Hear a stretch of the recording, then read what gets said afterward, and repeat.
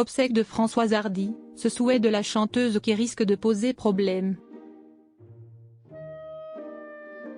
Françoise Hardy est morte ce jeudi 11 juin à l'âge de 80 ans.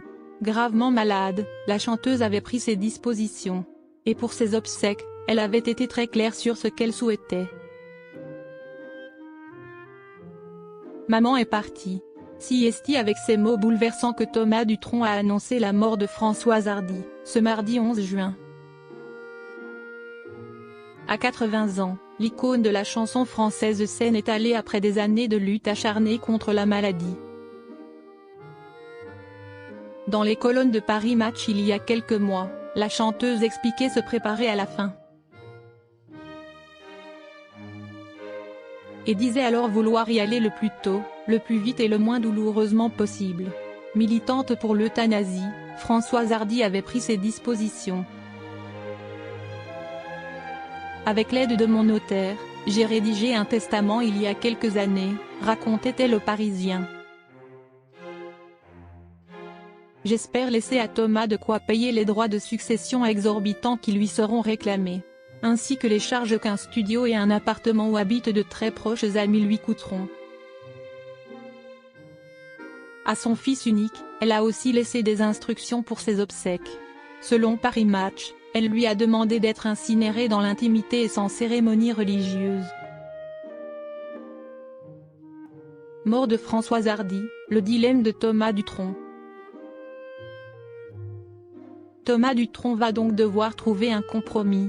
Difficile pour le chanteur de 50 ans de ne pas faire de cérémonie ouverte aux proches amis de Françoise Hardy. Ils sont d'ailleurs nombreux à avoir salué sa mémoire depuis l'annonce de son décès. Selon nos confrères donc, une cérémonie œcuménique serait pour l'instant la plus appropriée.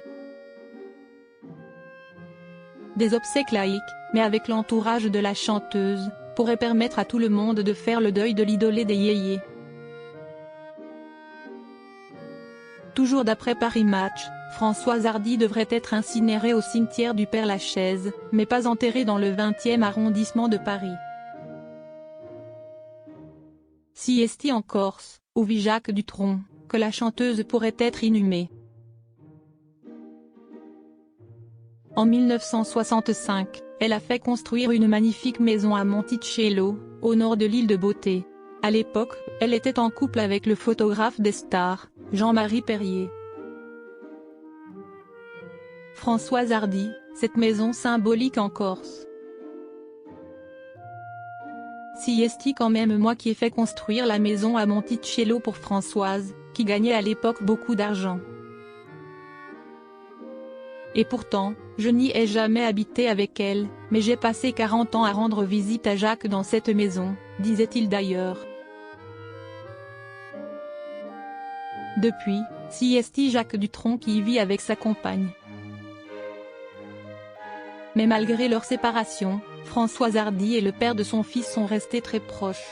Et la chanteuse était toujours attachée à cette demeure.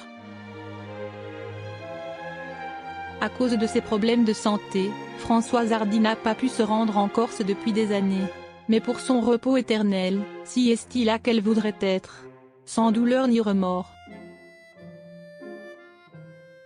Étant donné mon mauvais état de santé, si je dois passer de l'autre côté en 2024, j'aimerais, comme tout le monde, que ce soit rapide et pas trop douloureux, confiait-elle.